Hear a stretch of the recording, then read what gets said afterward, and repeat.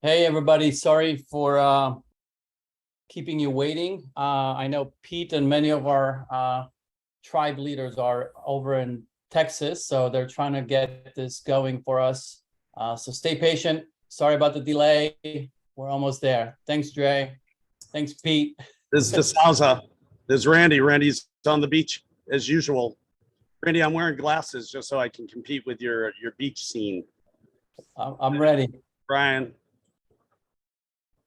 All right, cool. Sorry, we're starting a little bit late. It's just trying to figure everything out. We're at the Build Conference in Dallas, Texas. We're Grapevine, and it's been awesome, dynamite. Awesome, and excellent. Good stuff. So today we're going to talk about farming part 2. So like I said, so most of our top producer panelists are over in Texas with Pete. So it's going to be a smaller panel today, but we're going to continue on the topic of farming. We got pretty deep into it last week. So I know we had more ideas, right, that we wanted to discuss. So we decided to extend the topic to this week. So we'll see how it goes. We'll go around and share between Dennis, myself, Brian, and maybe Pete, if he's able to, and whoever else joins us. And then maybe also ask, type in questions too, so we can maybe get to more questions today. I think that's a good opportunity because a lot of times we run out of time to answer a lot of the questions. So that will be good too. So Dennis, you want to kick us off, buddy? Sure, let's do it. So one of the things about direct mail, guys, is you can't be weak, right? So I'm going to show you examples, okay? If everybody's patient with me. Is that cool? You guys want to see some examples of what doesn't work? Let's go. All right, so let's do it. So I collect stuff from other realtors, right? Just to see what they're doing and what works. I know what works. I know what doesn't work. So let's see what doesn't work here. That one's not bad. Come on, DeSalza, get prepared. Let's go. So something like this, right? There's no headline, guys. It's all about unique selling proposition. So it's called USP, and that's a headline. And I'll show you some headlines afterwards. Okay. So this is not good. This is kind of a waste of money if you ask me. Okay. There's no headline. Basically, it says visit their website, right? There's no benefit for anybody there. And hopefully I'm not offending anybody that's on this website. These are all local people here in San Diego. So here's another one, right? There's no real big headline there. Something really has to strike you, hit you in the face. Would you like to be next? Okay. Wishing home for more. Yep. Yeah, wishing you a happy 4th of July. Yeah, that's nice, but that's not gonna make your phone ring, guys. Okay. This one right here, Stonebridge Estates, right? Thinking of selling your home. These are just weak headlines. There's nothing there, right? Here's another one. People don't care how much you know until they know how much you care. Really?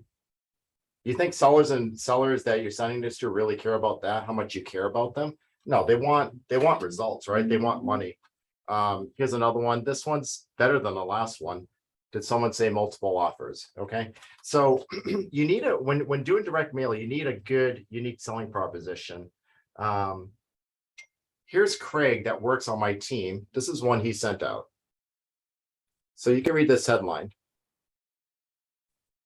Can you guys read that? Yep, we can see it. It's good. Yeah. All the costs, don't pay a dime. So this might make a seller call you, right? Not happy 4th of July. Hey, we care about you. Come with me because I care more about the next guy, right? Nobody cares about that crap, guys. They want this. So when somebody picks this one up and they're like, free staging, free handyman service. Okay, that gives me a reason to call this guy, right? On the very, very back, he wrote, because I'm only 72 steps away, I continue to be the go-to agent for Seahawks, which is a condo complex, okay? So he's given a reason why he's the guy, right? On top of that, he has this. These are all the units that he sold in there. So he's showing his dominance, right? I sold more than anybody else in Seahawks. I'm the go-to realtor. I'm right next door. I pay for your staging. I mean, these are all compelling reasons why somebody should call you. And it works. He took 2 listings this past month for over $2 million. Okay. Next thing is, look how big this thing is. Here's a magazine, San Diego Magazine, okay? This thing's actually bigger than a friggin' magazine. So that's how big this piece is. So you can get this little piece in your mail, which is actually, this is oversized, or you can get this monstrous thing.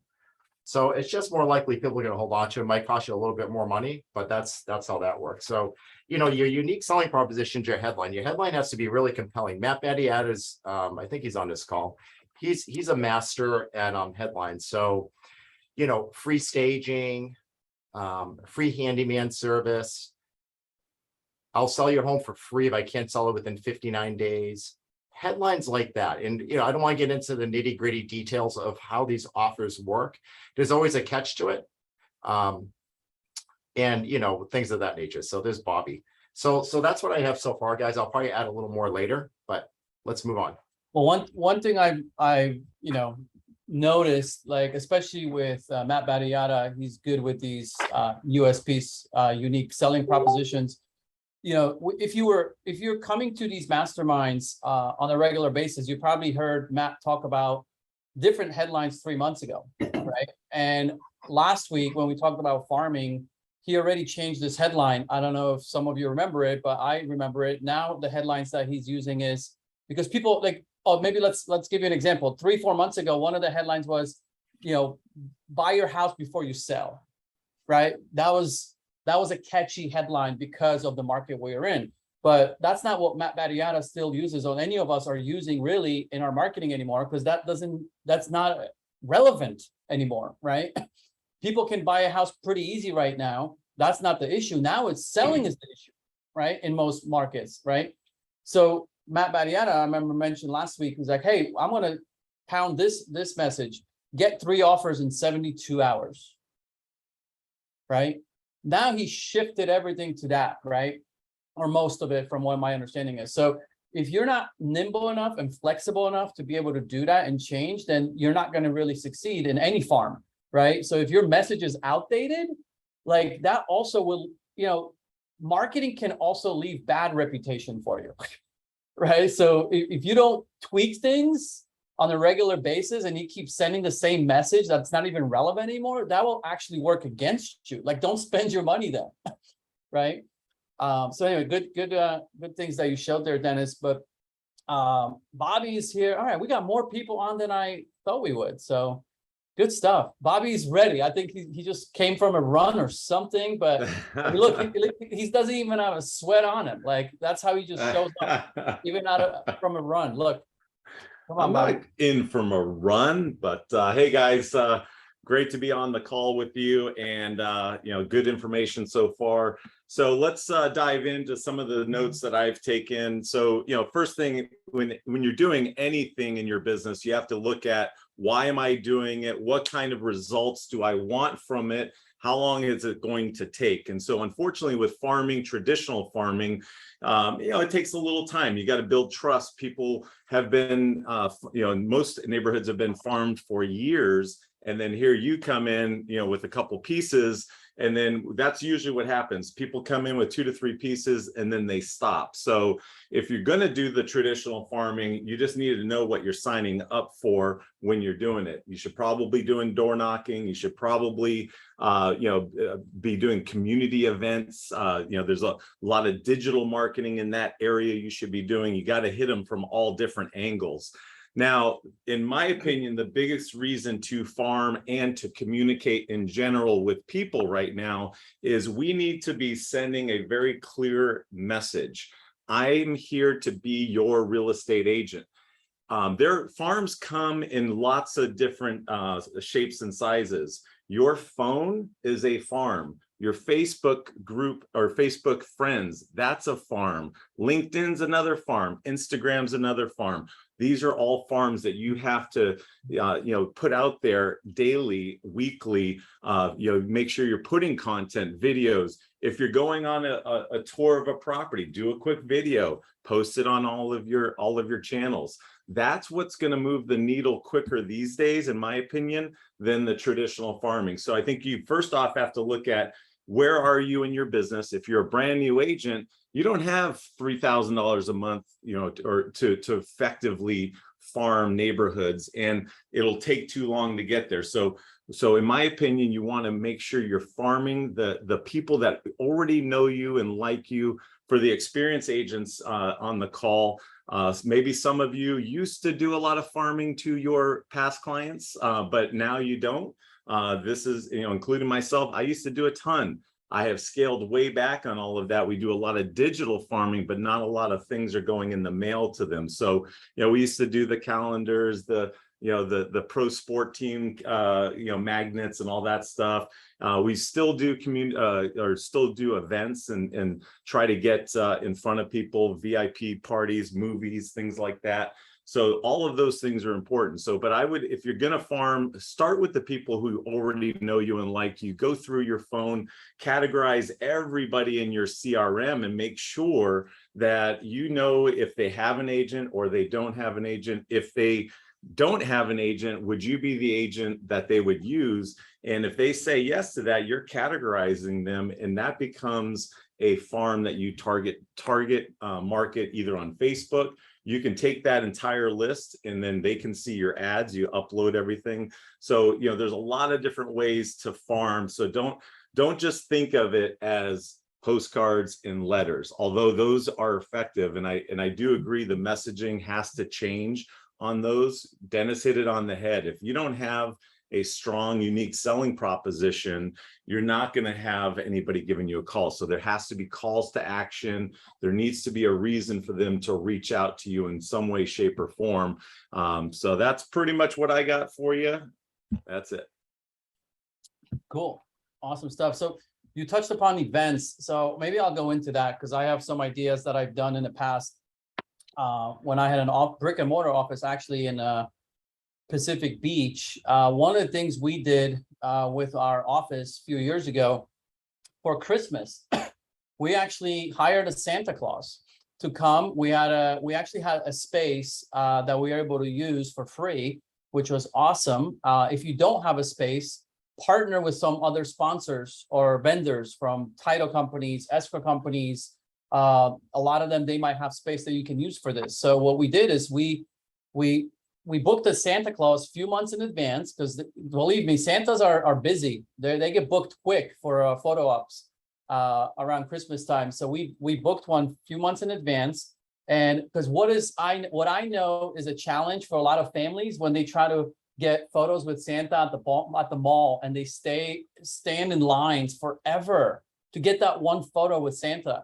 So we literally created a little bit like obviously a Christmas theme within this room that we used, right, with decorations and things like that. And then we brought in Santa. We had a big chair that he brought, right?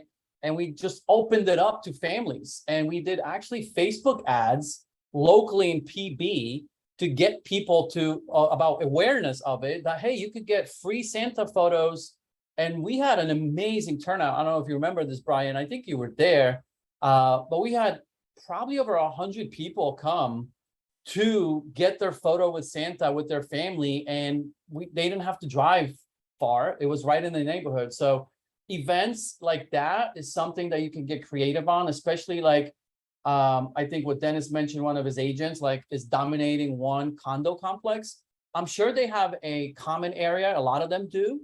That's a perfect place that you can rent out and do an event like that for that condo complex, right? Or for a community of single family homes. They usually have a common area ran by HOA, right?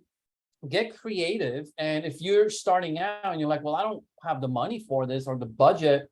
Well, one, you should think about that, right? When you're starting a business, there should be a budget. However, the good news for you is that you can actually partner with other vendors, lenders, title officers, escrow officers, right? Get creative. So instead of saying, how am I going to do this on my own? Think about, who am I going to do this with, right? So it doesn't have to be all on your shoulders to fund this event and or also market it. Same thing. You can all collaborate on this together. So think outside the box about things like that.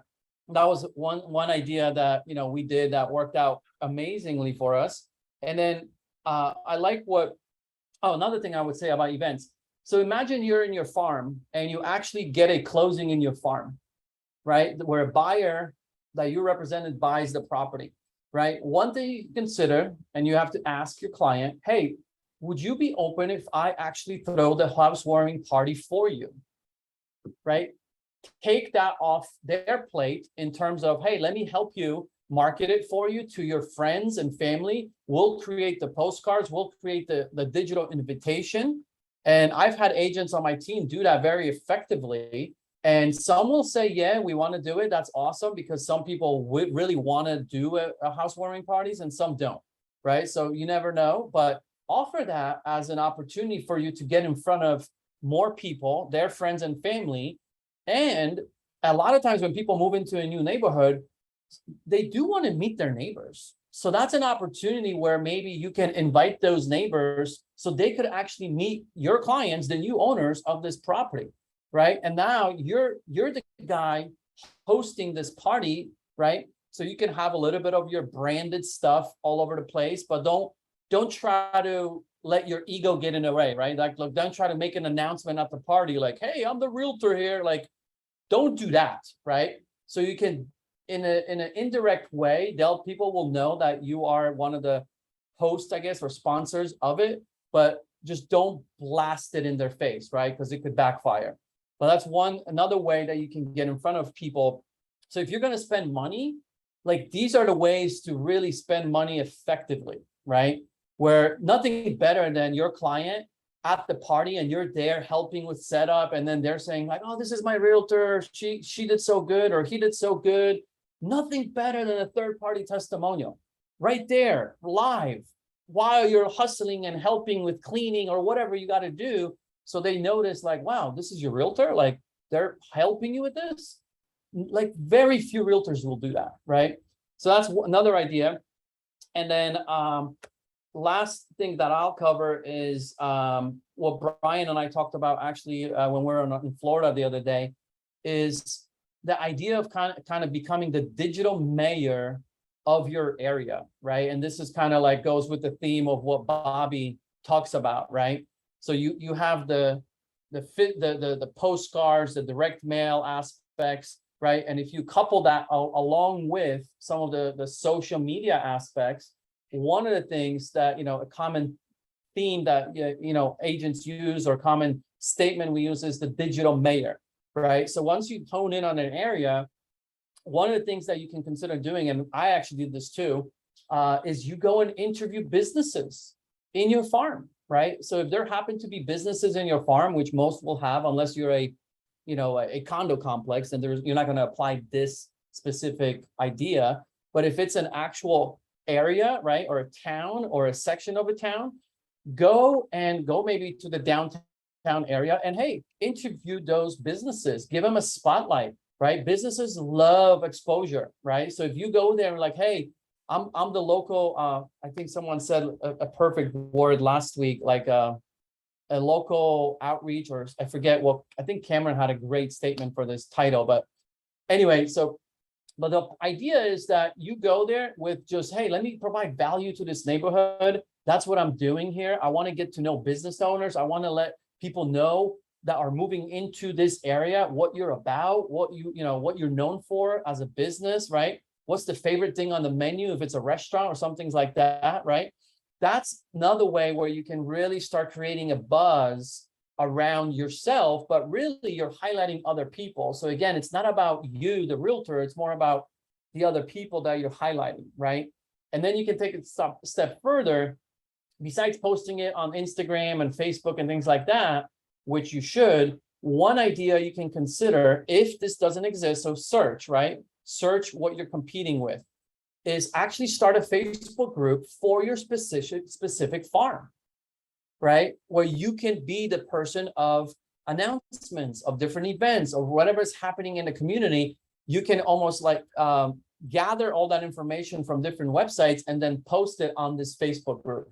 I've seen that being a very, very effective way to get your name out there, right? Because you are the one that's running the Facebook group and doing these interviews. So your face is always going to be in that feed, right? But again, you're not leading with the message of, hey, I'm the best realtor in town. Use me, like I know this town. Like that's not how you earn their trust and business. So digital mayor is another thing to really look into and see how you guys could apply it in your specific farm. Let's go to that's all I got. Brian, you want to piggyback on that? Any other ideas? Yeah, actually, I want to kind of do a follow-up and partner with Bobby on this. So if you learned real estate when I did, there was no social media. There wasn't even a cell phone. Like we just had a book, right? We had a book, a crisscross directory, and a bunch You're of dating doors. yourself. You're I dating know. yourself now. You I know. look far too young to be all the way back then with no cell phones. What? My first technology was a doctor's pager on my hip that I had to go find a payphone to call the client back. That's where I came from.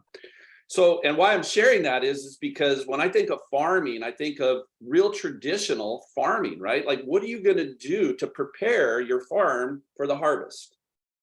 Which is where I came from. And this is what I like to talk about, is going back to the basics of real estate is, and Bobby, I love what you said, because your phone is a farm.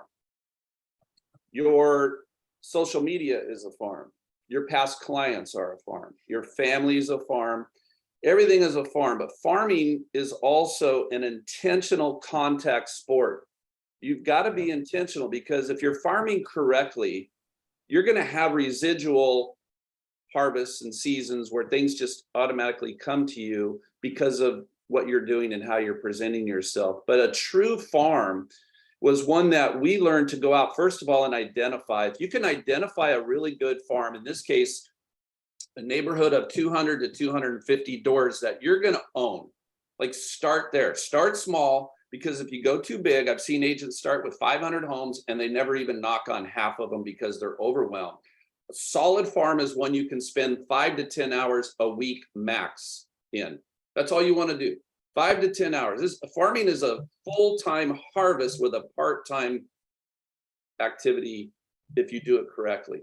So one thing that I was taught to do was, before I knocked on doors, was to learn my farm. How could I farm and talk to people if I wasn't educated and already the area expert? I had to become an area expert. If you don't have confidence to farm, here's how you get it. You look at the tax records, you partner with a title company, right? You want to leverage maybe just look at all of them, ask them, hey, what will you do for me if I were to farm a neighborhood? Title companies have a lot of valuable information and a lot of farming tools that we're hearing here that we just take for granted as experts. But if you're a newer agent, leverage your title company and start there. We have a lender or an escrow officer who is an escrow liaison. She's like a salesperson. She door knocks with our agents and is very open to sharing what she's doing, why she's door knocking. Sometimes she door knocks for the agent who owns the farm and they're not even with her. She just goes out and door knocks and gets leads. Like leverage that if you can. But I want to really speak into the part of this where when you think of a farm, how's the soil you're going to be planting in? Are you planting in soil that is going to reap rewards, or is it just a sidewalk where your seeds are just going to fall off and blow away in the wind? Because you cannot plant farm seeds in people's minds if you don't know who you're talking to. So here's what I'm suggesting. Get all the title records of every single door you're going to knock on and look at the title record before you walk up to the front door. Know who's going to answer the door. If you have a title report or a tax record report, it's going to show you, maybe it's owned in a trust, so you don't know who the trust is, but if you look down and see who the last mortgage was probably in a person's name, man, woman, couple, whatever. Try to find out who the real person is. Who are you expecting to open that door? Because when you get to that door, and if you say, hey, my name is Brian, are you Mr. Smith? It looks like you've been here for about 8 years now. I'm just curious. We've never met, but I just wanted to introduce myself and I want to show you your tax records. And I just want to know, is your home still a 4-bedroom, 3-bath, 1,800 square feet? Because, man, it looks beautiful. It looks like you've added on to this house.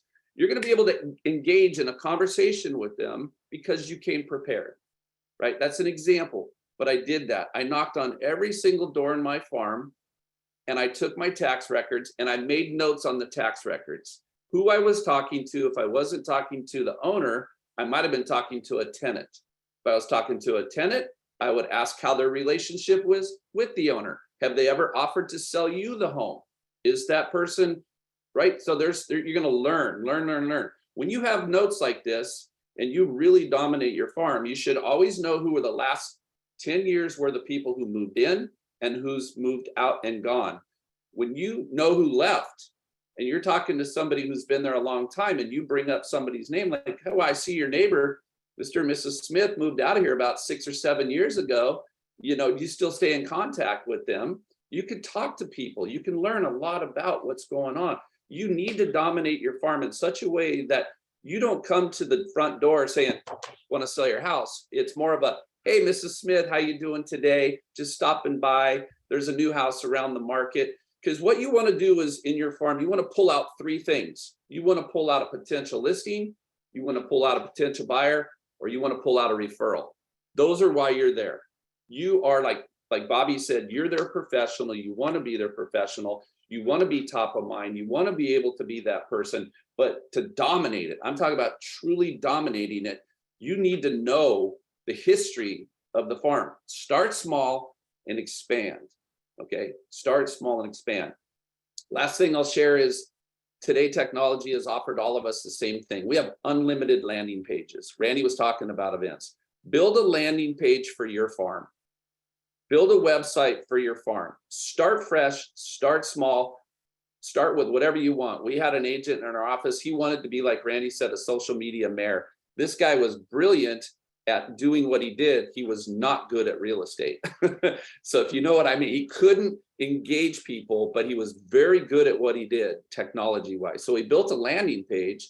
He did these meetup groups in the park, and he basically was creating, you know, moms with little kids or single parent day, or, you know, this day, or, hey, we're going to have a, you know, somebody's having a yard sale day.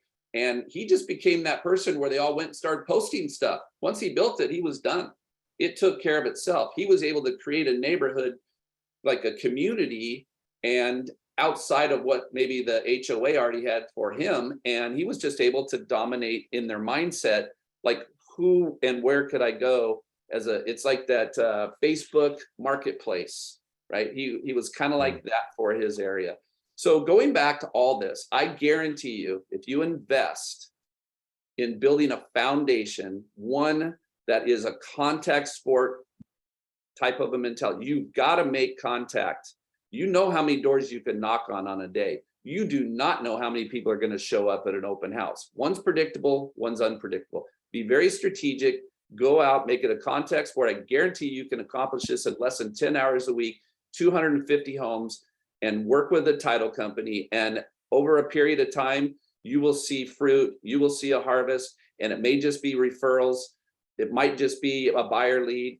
You want to be the area expert. You have to see every property the day it hits the market, so you can see that sign go up from another agent, and you have to be the expert about that house. Why didn't you get that listing if you're such an expert, Brian? Well, I can tell you why. I already talked to the agent. That's their brother. That sign in the front yard is their brother. And of course they're going to work with their family member, but they obviously, I've already seen the property. I went over, I looked at it. I'm an expert at it. And I've talked to the brother, and the brother is going to give me all his leads from this area because I'm truly the market area expert. Like, I can have those conversations in my farm. So consider all of that, and then do everything else these guys are telling you. And Jenny, Brian, Jenny asked, what role does the title company play again? So the title company is going to do a lot of things for you.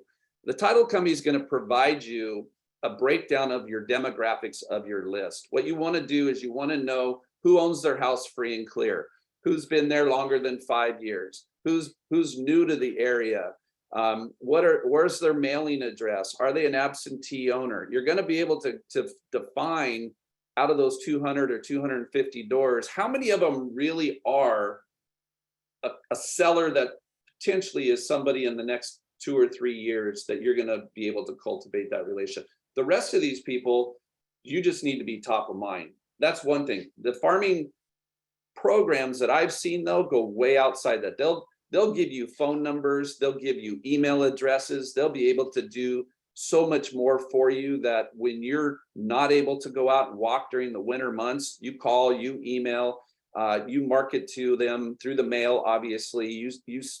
Here's another thing. This is a great one. Don't assume your farm won't buy a property that you've listed 3 zip codes away. I learned this.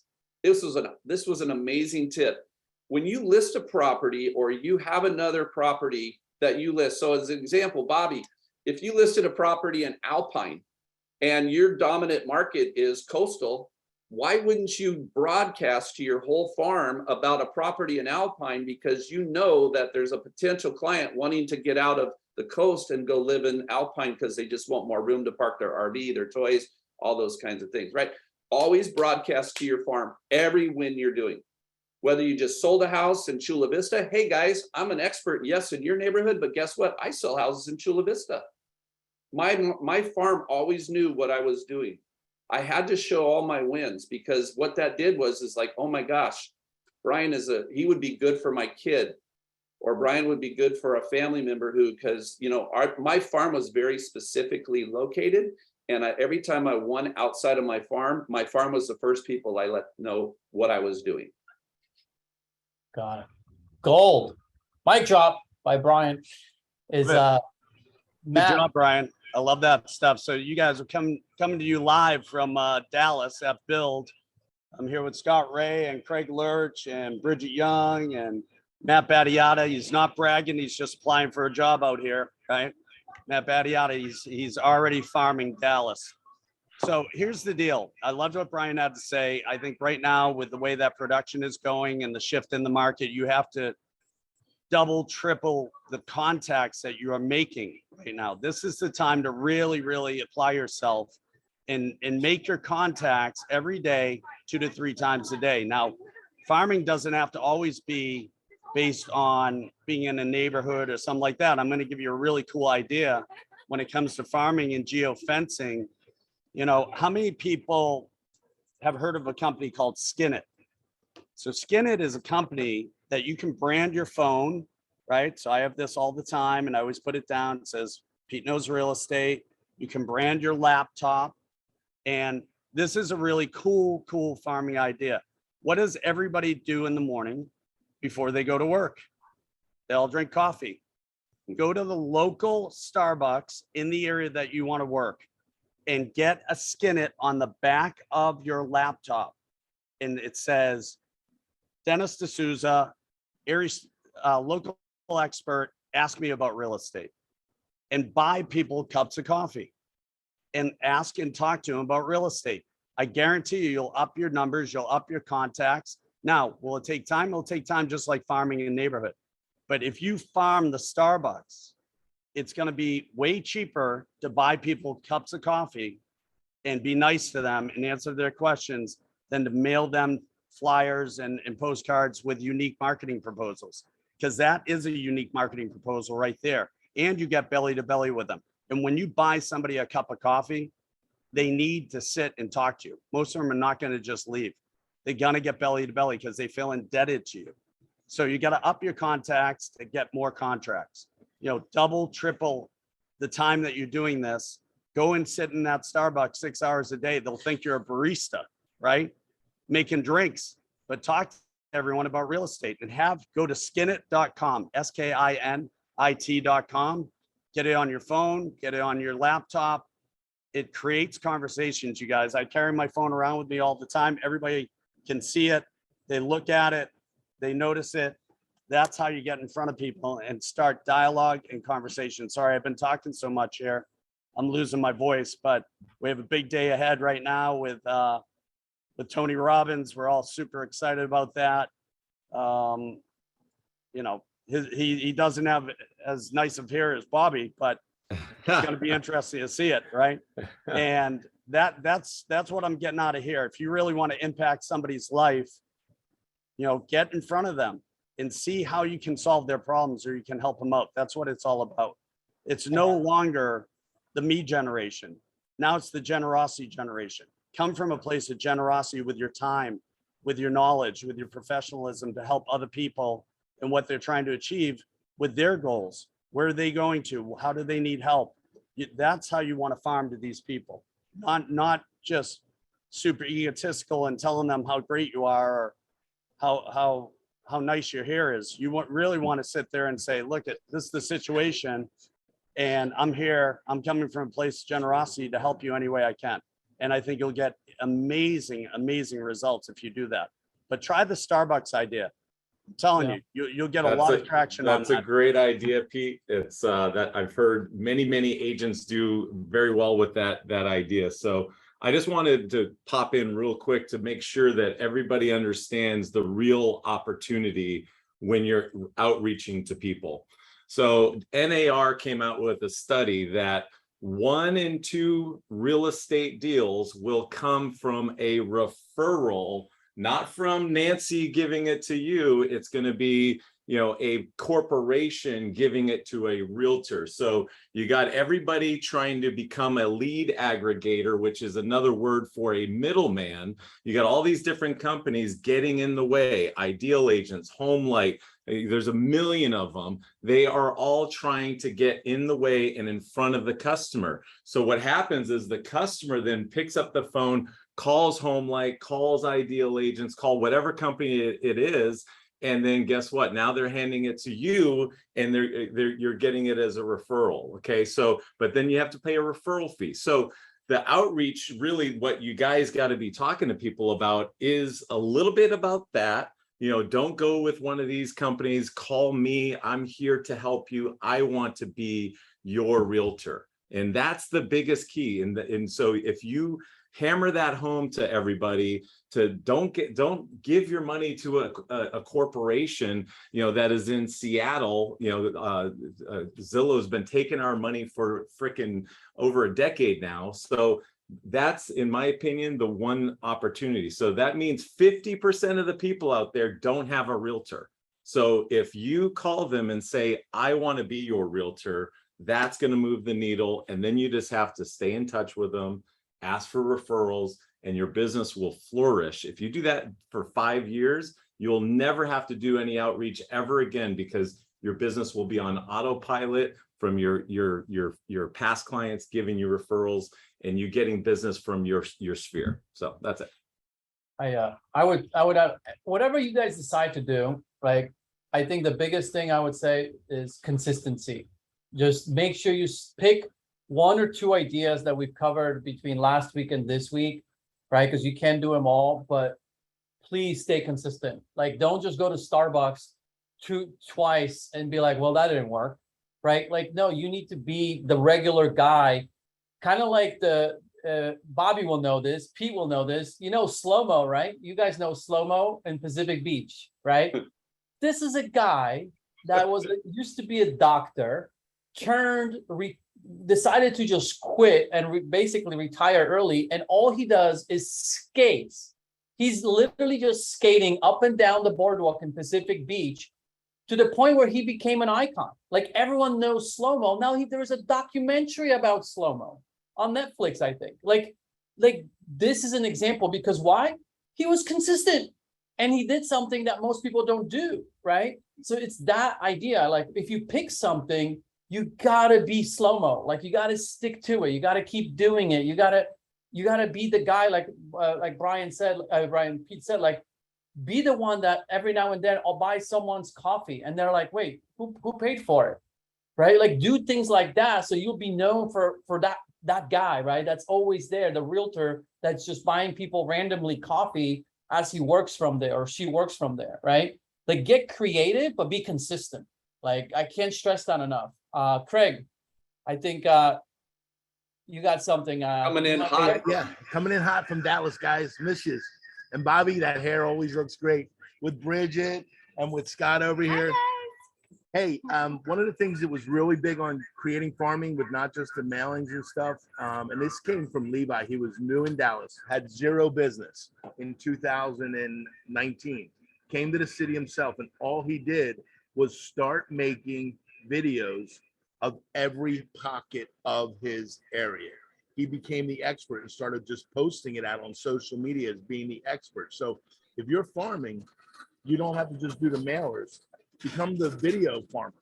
of the area, the updates on the community things. Get out there, be the person, see the restaurants, show the places, show the values of a neighborhood, show the values of what they're selling, but do it monthly for each section, or but rotate it every couple of days, because people start following it, and people relocating into your area then ultimately will start following. Because if somebody searches Dallas homes, he's popping up. So that's one of the things that you can do, other than just doing mailings to a small area. Go to a bigger area and start zooming them in, and then you become the referral to the agents in the area that you might not be doing the market. That was one of the best things I heard when I was here so far. Come on. I love it. Matt is with you guys, Craig? Matt Badiata, I guess. But if he's busy, it's okay. Nah, he's here. Matty's here. He lost his voice, though. He's been surfing too much in Dallas. Man, what are you guys doing out there? Yelling and We're screaming? talking What the heck? there is so many people and such great conversations. That literally, I mean, I'm raspier than I normally am. But now, one thing is if you're on this call and you have not been to Build, put it in your schedule next year. Build23.com. You can already buy the tickets. Get here. The end, whether you're in EXP or you're not, just the energy is awesome. Just being here and learning things and things of that nature. So Good stuff. If you guys have any questions, feel free to post in the chat. I have one story to share about what Pete mentioned too, about generosity, right? That we need to really shift our mindset. And I'll give you an example like this. Brian, Nicholas Kopenberger. I think you know him. He's a friend of mine from church, and I haven't talked, I don't really talk to him that much, but we run into each other at different church events. Awesome dude. And he reached out to me because he got an opportunity for an off-market property in Redding, California. Mind you, I'm in San Diego. This is like, I don't know, 6-7 hours from us. I don't know. It's far, right? And it's an off-market opportunity. And he's trying to figure out, how do I structure this? Because he knows me as the investor agent, like many of you know me as here, right? So he called me to get just advice, like, how do I go about this? And so I literally, I must have talked to him like once a day for the last week and a half, right? And coached him through the process of how to keep your risk low as he goes after this opportunity. What things to research, what, like septic tank it's on, foundation person. Like I just gave him literally everything I would do if this was my opportunity that I had, right? Present to myself. And at any point, there was no conversation of compensation to me, and I didn't bring it up. He we just basically, he was just asking for advice, right? And he knew he can trust me because of my experience.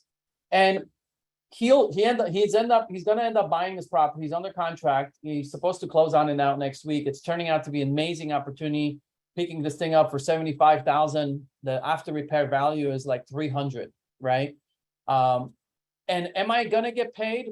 Probably not. Do I care? Not really, because I know that he will always remember me guiding him through this property purchase that he got an off-market opportunity.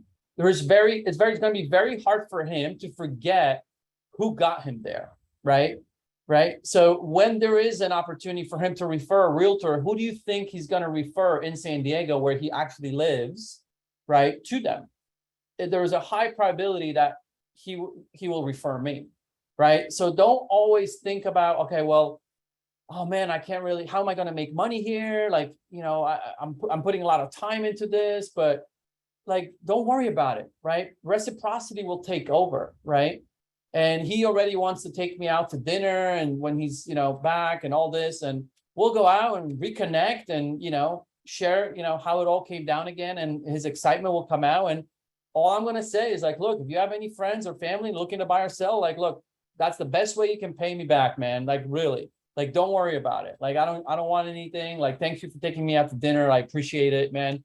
I'm just happy for you that you got this opportunity, and that's it, right? So generosity is a huge kind of factor that you can work in and just remove the thoughts from your mind, like, oh man, I'm not getting paid, I'm wasting my time. Because trust me, if you plant those seeds often enough, kind of like Brian was saying, the fruit will come. And it's when you least expect it, right? You'll get a referral from a person like Nick who I know at some point is going to refer me to his friends and family, guarantee you. And I'll probably speak about it here in months to come. So I'll leave it at that. We have 10 minutes left or 9 minutes left. Anything, Dennis, came to mind? Anything you want to add? Well, Pete's got another nugget there for us. Oh, Pete, who you got? Who do you got there? I think you're muted. Muted. Oh, shoot. I think I did that wrong. Oh, no, we're unmuted, right? Now you're unmuted.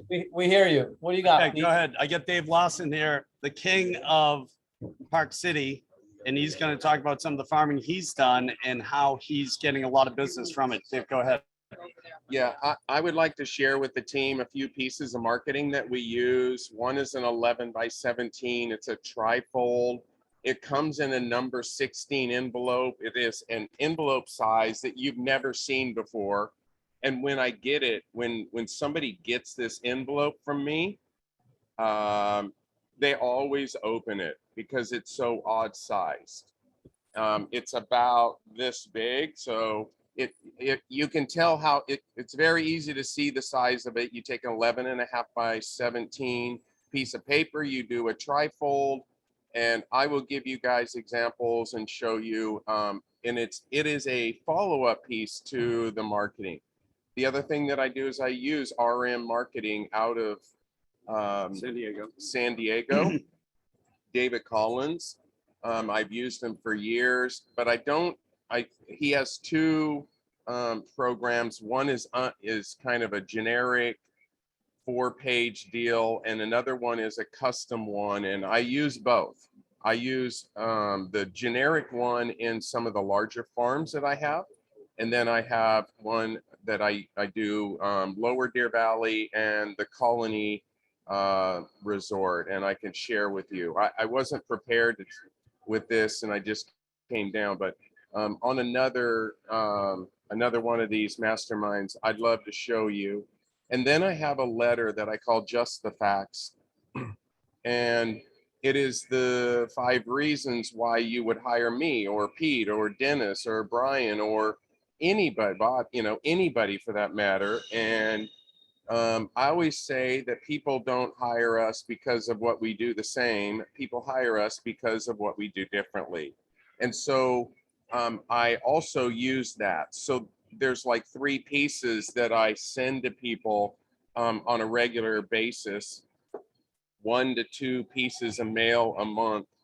And I'd love to share with you those, but I don't have any samples or whatever, but I'd love to do that on another call. Okay.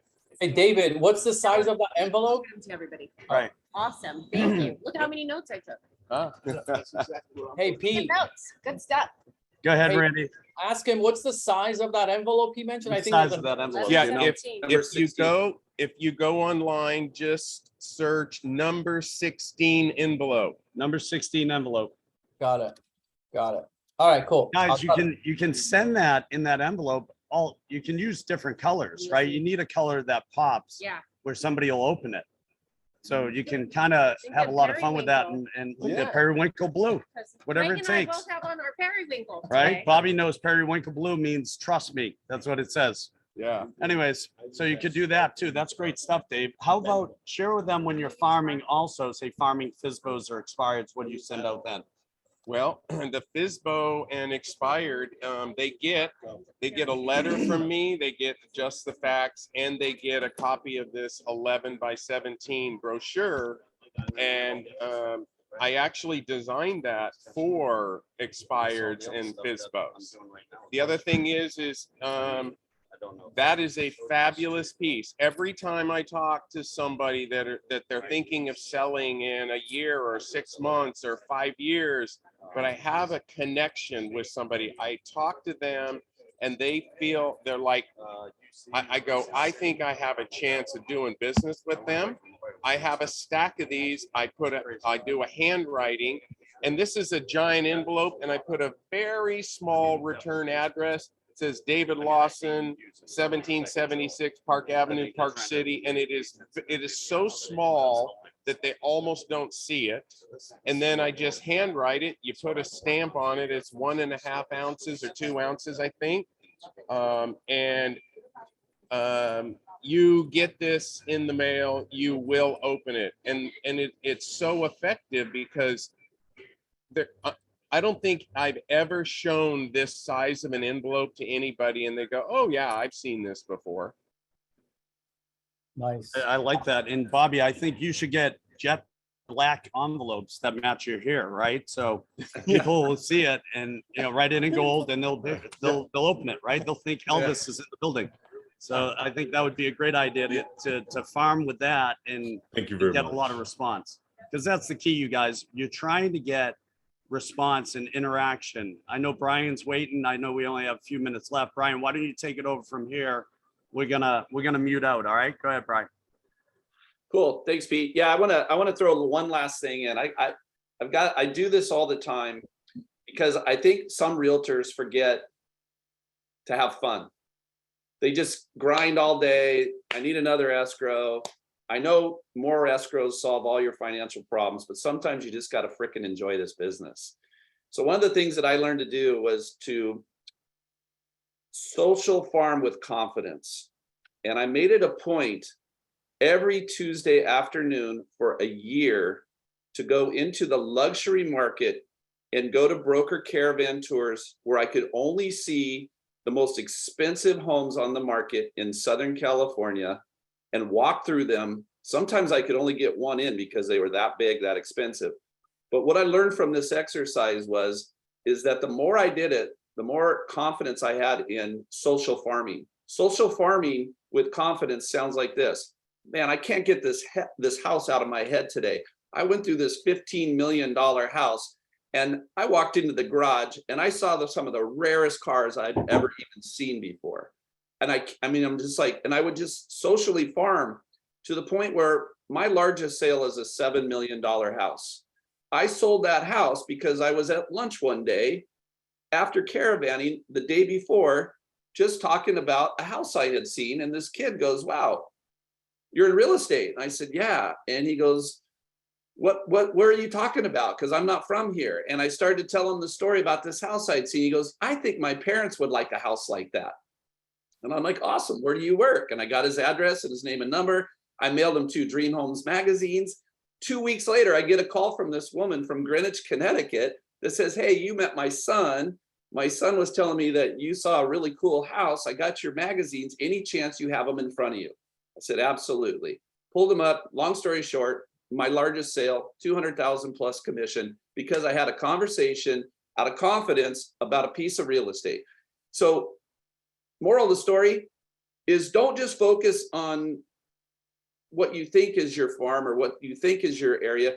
Go big and go have fun and walk through a house. And all these guys know when you walk through, I used to take Randy. I go, Randy, come on, there's a new house on the market, the Berry Estates in San Diego, listed like a $30 million property in Rancho Santa Fe. We got to go see it. You know, it's once in a lifetime. We would go, we would have fun. We would have a blast. We'd make a day out of it. And I'd sometimes take my kids, take my wife, and just go and enjoy the fruits of this, because you just never know when you're going to be sitting next to a lottery winner that wants to buy a big flipping house. So go have fun with this. At least do yourself a favor and go eat the food that the realtor paid for, because they're going to throw it away if you don't. That's great. All right, that takes us to the top of the hour. It's 10 a.m. here. Awesome, guys. Good stuff. Great shares. Pete, thanks for your commitment to the group, to the panel, for getting on with everybody. We'll see everybody next week. We'll let you know what topic in an email. I believe Mitch will send out, but yeah, we're excited. Yeah, I just wanted to thank Randy and Brian and Bobby and Dennis for taking the reins this week. You know, we'll be back live in action next week, you guys. I promise I'll have a voice. We'll have all types of good things. We'll get Cameron on. You know, we'll get him right now. I think he's on the beach somewhere wearing like 50 sunscreen, but we'll get him back in his office to give you some tips. You know, we'll talk to Bobby about his hair products, and we'll get all types of things happening. Okay. So have a dynamite week. And remember, go out there and love on some people and really help them and make an impact, because there's a lot of people right now trying to figure out what to do in this market. You have to get in front of them and be their advisor. All right. So everybody have a great weekend. Randy, thanks again, buddy, for taking the reins. See you guys soon. Bye.